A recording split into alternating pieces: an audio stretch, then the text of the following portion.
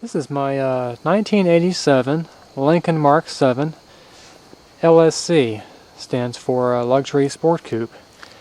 And this is the car that I was driving for a long time, primarily as my main car.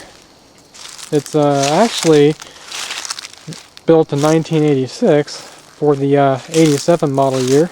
So it has the 200 horsepower 5-liter Mustang high-output engine instead of the 225 horsepower engine, but still plenty fast.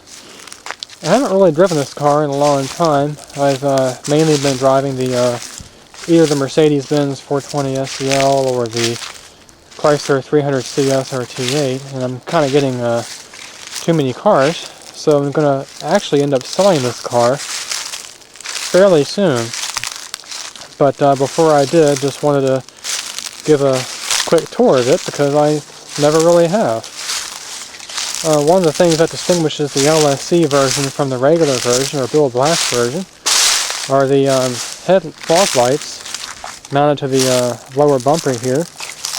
And these are the original fog lights made by Marshall, and these are just the headlight covers that just pop off, and the fog lights are actually mounted on springs in case you hit a curb. And another interesting point about these cars is it's the first American car with the plastic headlights, approved for U.S. use. And overall it's in pretty good condition. It's got a few flaws, like the emblem for Mark VII. The plastic part of it came off. And the hood's got the typical paint peel, but nothing really that a good paint job won't cure. It's got, well, I had new tires on it about a few years ago. It looks like they need to be replaced, but they're the Michelin Pilot Exaltos, H-rated, and these are the 15-inch wheels instead of the 16-inch wheels. They didn't really go to the 16-inch wheels until later in the model year for 1987, and it also has the LSC emblem in the back. And because it's the performance model, it's got true dual exhaust with a H-pipe connector up front after the catalytic converters. And overall, it's just a really nice car. I kind of like sleepers. For the most part, it looks just like a regular sport luxury car, except it has a little bit more get up and go with it. Let me go ahead and show you guys the engine. It's got the keyless entry pad, so you just punch in your combination there. It'll unlock your door for you. So we'll pop the hood and check that out.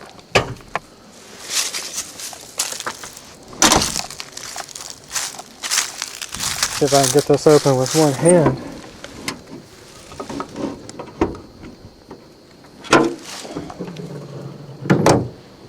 So there's the 5-liter high-output V8. And one of the things that makes this the high-output engine is it's got a higher compression ratio. Dual exhaust, like I said before. And it's also got the factory-style shorty headers.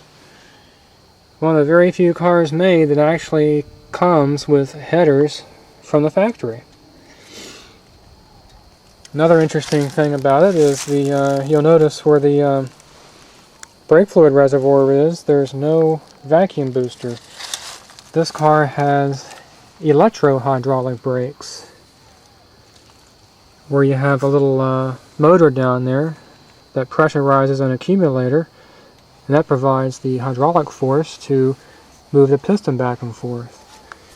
And I've got tons of spare parts for that car. I could probably build another car from the spare parts I have, but that's what the master cylinder brake booster assembly looks like.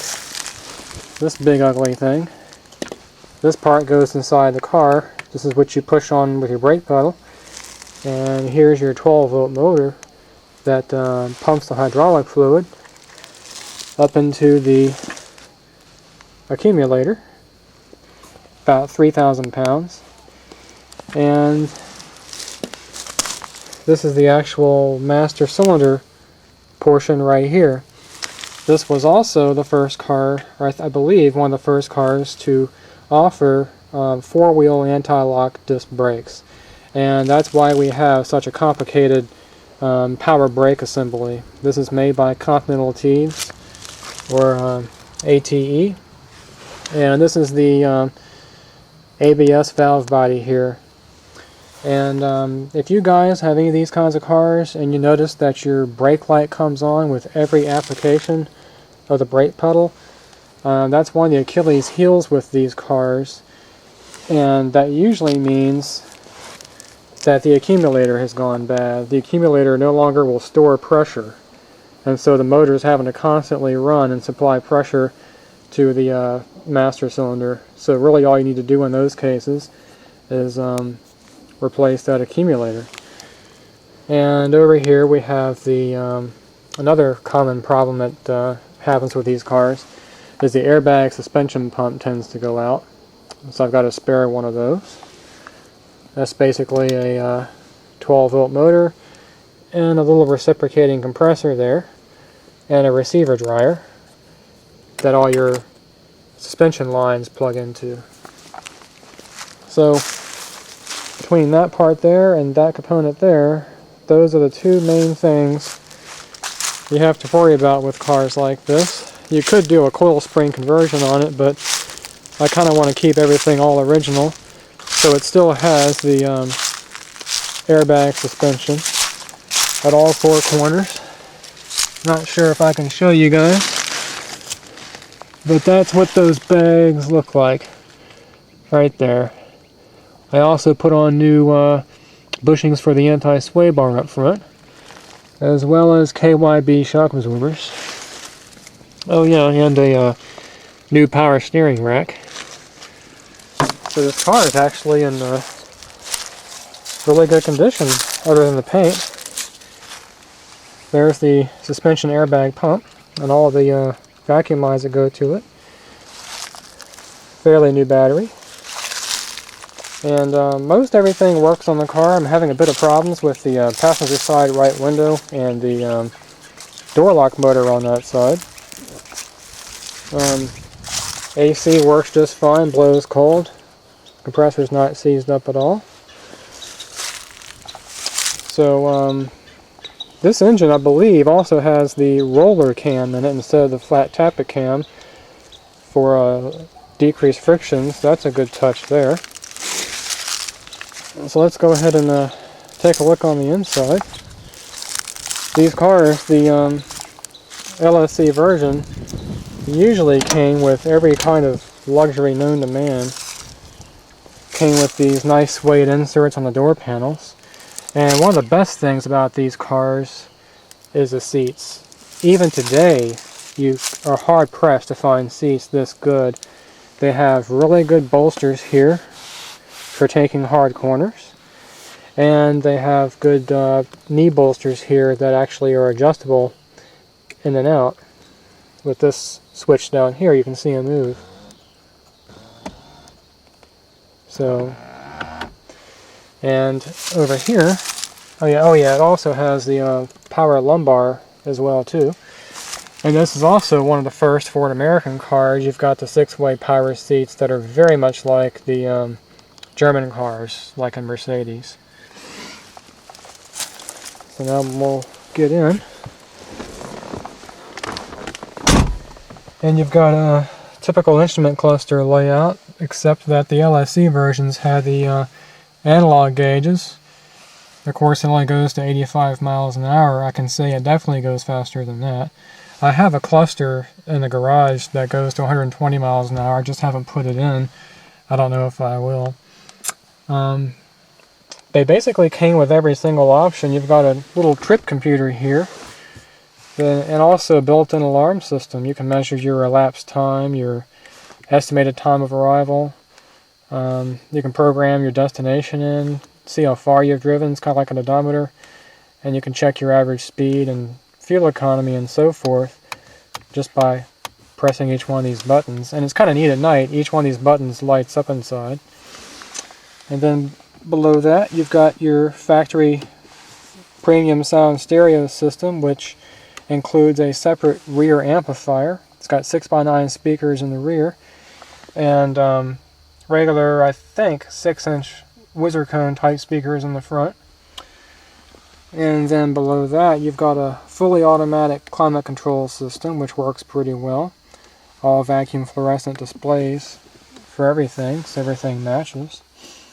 And then over here on top you've got a warning light array for your typical critical engine functions. And it's interesting that if you had a diesel, you have a water and fuel light here and your glow plug light there, which is kind of neat. And then actually on this console you've got warning light arrays too behind here. One is for low oil level, so if your oil level gets low in the oil pan, that light comes on to tell you to add more. And then your alarm system light over there. And of course your luxury sport coupe emblem. And then over here you've got your rear defog switch and power antenna switch.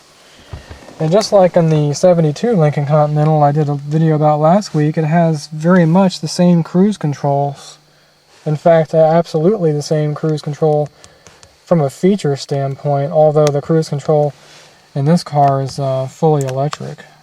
But the controls are exactly identical to the 1972 model. And then also another first for American car, I believe, is the stock mounted controls, where this is kind of like the first generation of a multi-function switch. You've actually got two switches here instead of one. So you've got your intermittent setting and then low and high for your wiper. And you can pull it towards you for wash. And then your regular turn signals. And then you can flash to pass by pulling it towards you, just like in most cars today. But back in '87, a lot of cars didn't have a setup like that. And then for your headlights, kind of looks complicated. You just got this rocker switch for parking and headlight, and panel dimming switch right here, which is just a rheostat. You've got auto dimming lights, automatic headlights, and your fog light switch. And this little light right there lights up when the fog lights are on. And if that's not enough for the options, there's more. You've got a fully adjustable automatic day-night mirror. That's also got this nice little wheel on here for adjustment. And you've got these nice little map lights. And you've got an outside temperature and compass, as well. This is also vacuum fluorescent, as well as a heads-up display. This car is kind of neat. It'll tell you if a headlight's out or a rear lamp is out. This is your ABS brake warning light, and that's your suspension warning light. Something's wrong with your airbag suspension. And then you've got your visors tucked up neatly under here. You just push this button. And you've got the visor vanity with a low-high setting, of course. So basically they just thought of everything with this car. When you got one of these cars, you got every luxury imaginable. You've got a floor shifter, and being an older car, this is kind of interesting. Even with the key out and no feet on the brake or anything, you can take it out of gear.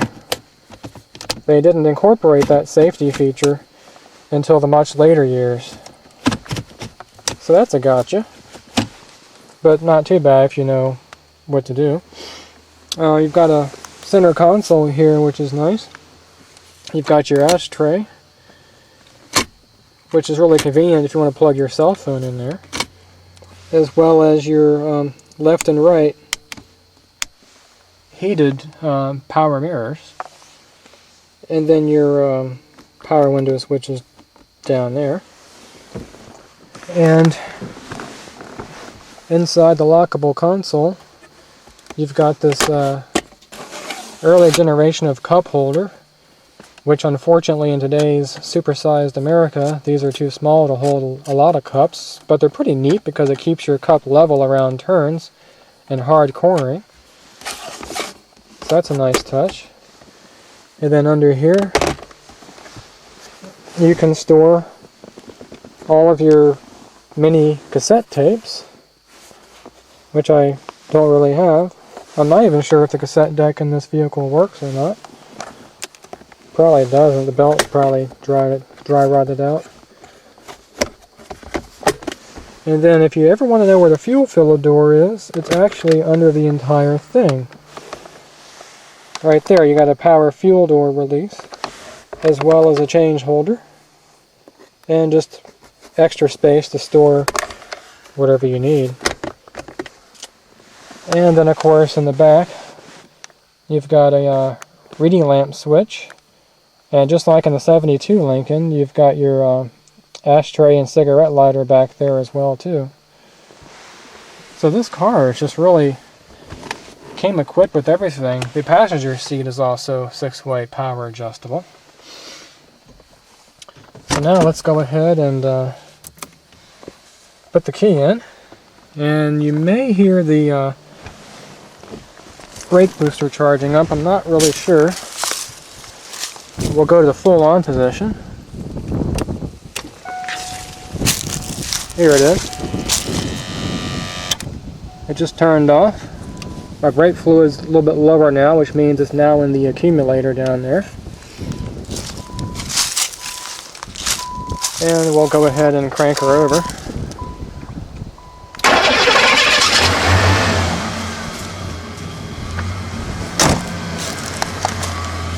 It's got no smoke coming from the exhaust. Sounds just like it should. Sounds kind of mean. Has kind of a lopey idle.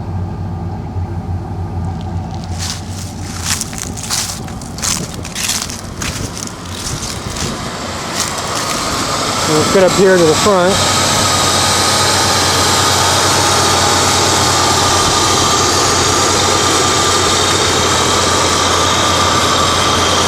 Very quiet. It's been running on synthetic oil ever since I had it. I got it about 116,000 miles. Now it's got 146.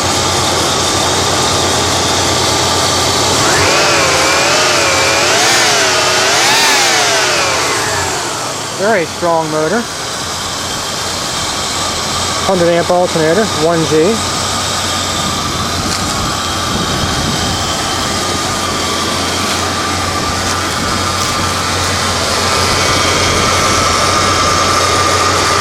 Not a tick or a knock anywhere.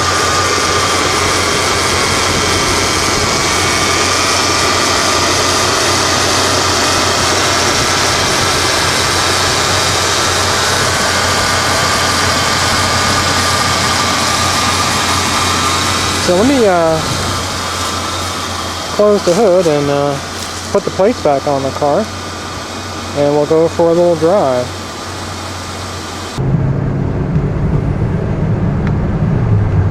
Now that we're in the LSC, just driving around, one of the things that makes this car so unique is that it does have the airbag suspension, but it's also got pretty manly anti-sway bars front and back. So this car has a good combination of good road manners, nice, fairly soft ride compared to a Mustang or a Corvette or something like that. But when you want to push into the corners, it's nice and flat. I got a couple of S's coming up here pretty soon.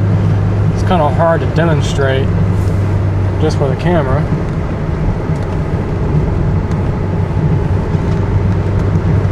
Look how flat that is. I'm going pretty quick too.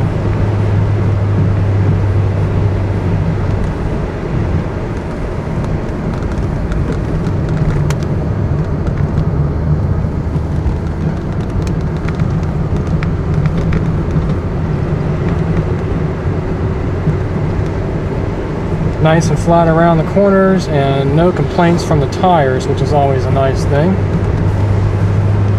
Gets right back up to speed. Engine's not really struggling whatsoever.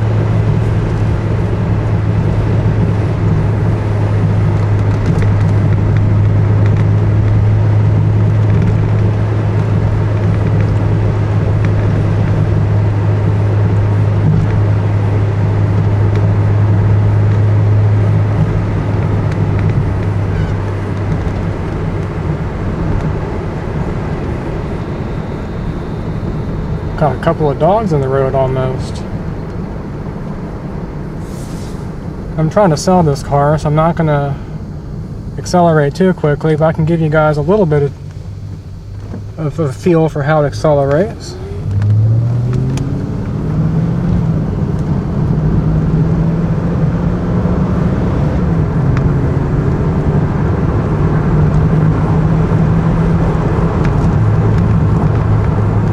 Gets up to speed quite nicely for a car this old, 1987. I think back then it was rated at around 8 seconds, 8.8 seconds maybe. Here's another fun road.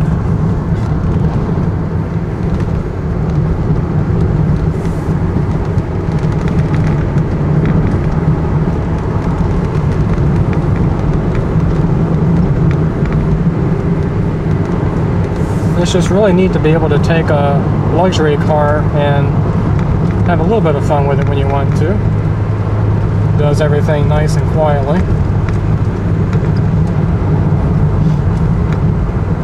But anyway, just wanted to show you guys real quick before I sold the car and didn't have an opportunity.